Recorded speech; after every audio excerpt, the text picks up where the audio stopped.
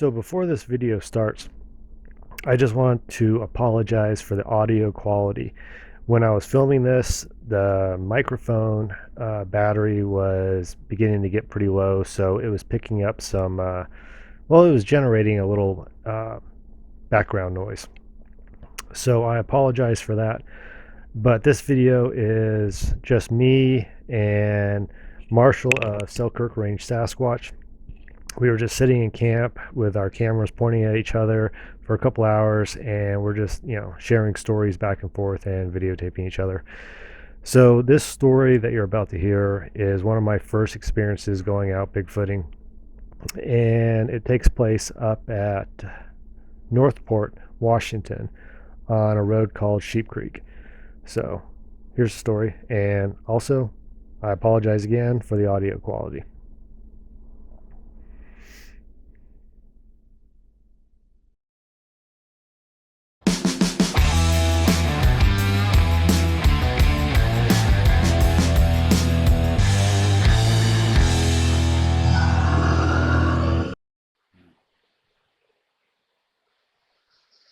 There's an area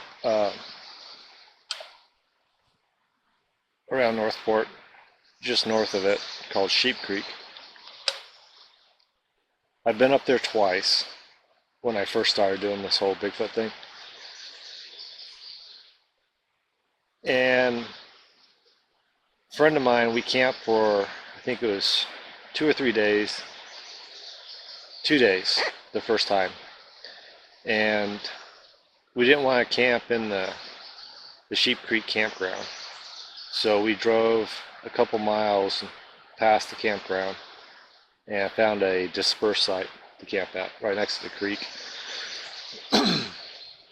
And of course at that time, I just had a basic video camera and had no idea about vocalizations and, stuff like that. Didn't know I needed to have a digital recorder, So we were camping there. Of course, I'm banging on every tree I could, because that's what they say, you bang on a tree and they'll knock back. Well, we started hearing a couple knocks, but we weren't sure. And we had a really large rock, like good-sized rock, come flying into our camp from the hillside across the road from us. And I could hear it coming through the tree line. I could hear something, and I thought it was like maybe a bird taking off, but it flew and it landed like 3 feet to my right. And I was like, holy cow, someone just threw a rock at us, right? And then that was the end of the activity for the afternoon. But then we heard a loud vocalization, a scream, just north of our campsite. And it was probably half a mile out or so. But it set off all the coyotes. The coyotes just went crazy. And then it vocalized again. And you could tell it was mimicking the coyotes. But you could totally tell it's not a coyote. But it was still making kind of that coyote sound, but you could totally tell it was like much, much deeper. And later that night, we heard a conversation going on across the creek from our camp. You could hear two things talking.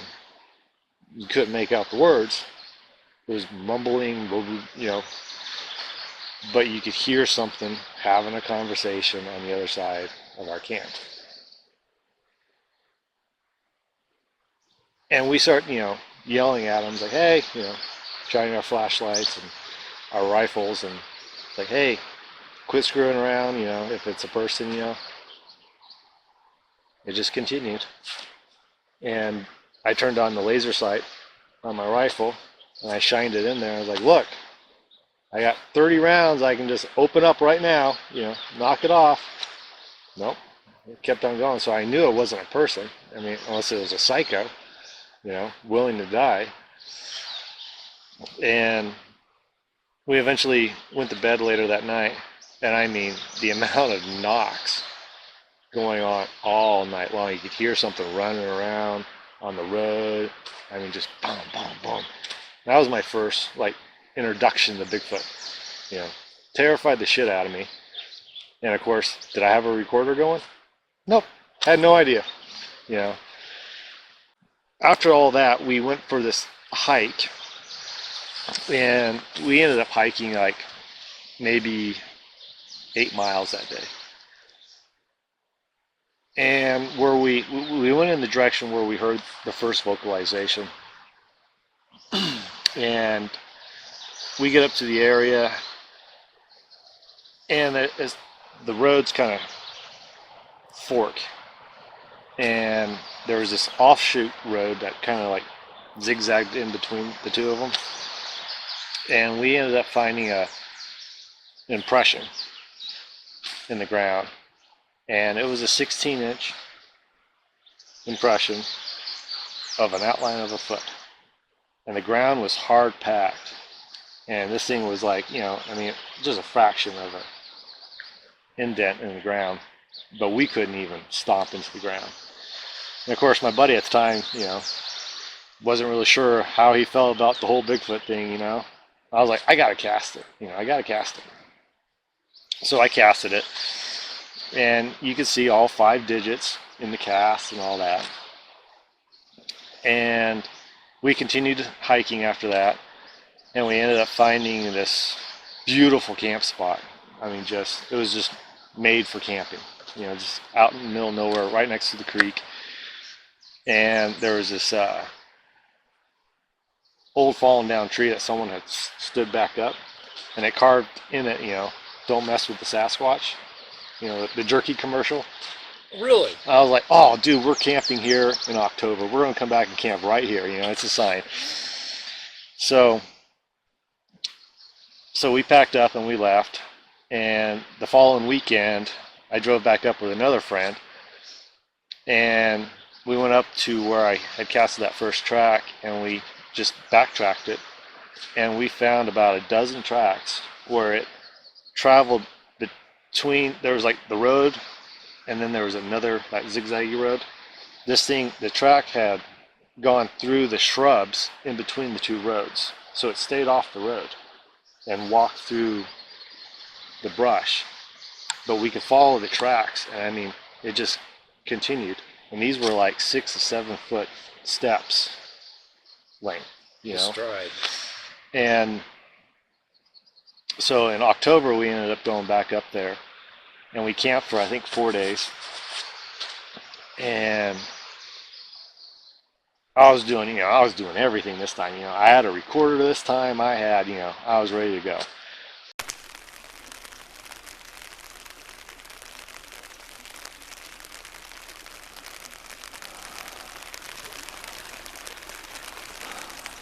Well, this is our camp for the first night. We're 5 miles up from where we camped the first time. A little higher elevation. It's been raining all day, and we found this spot here, which is really nice, right along this little creek. Still got people coming. We should be here a little later. Now this pole is kind of cool because it says, I probably can't make it out, messing with the Sasquatch. This is what kind of brought us here.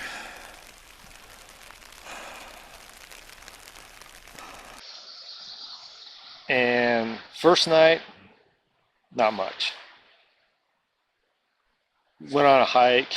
That's when I told you that story about the tree stump and the vocalization we heard, and the tree stump disappearing after that. But then we had, I mean, some crazy vocalizations, just screams that were just out of the out of this world. I mean, it was just intense, and they were so loud. We had two large campfires because we had grizzly tracks all over the place. So we had two big campfires going.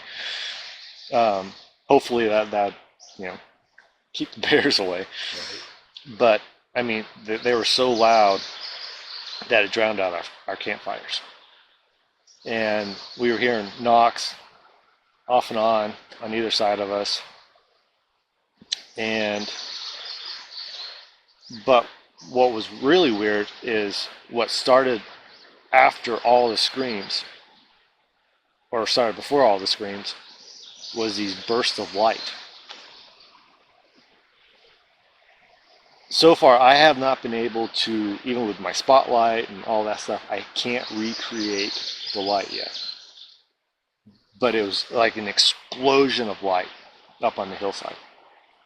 It was inside the tree line, but it was like, it had to be at least 10, 12 feet above the ground, like in the middle of the tree, right?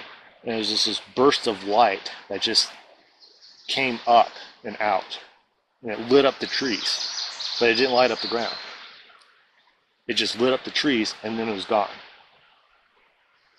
And then we waited a minute, and then boom, another one. But this time it was a little lower down the road, or down the hill. So I'm trying to film it, and my camera's not picking up the lights. Even though they were bright as hell, my camera could not pick it up.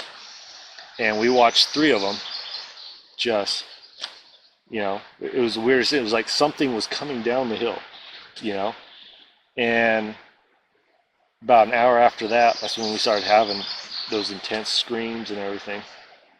Now, were those connected to Bigfoot? I can't say. We were so close to the Canadian border. At first, we were thinking, maybe it was, drug smugglers, coming down. But the lights were in the center of the trees, not on the ground. Weird stuff. Weird. And I haven't been back up there since.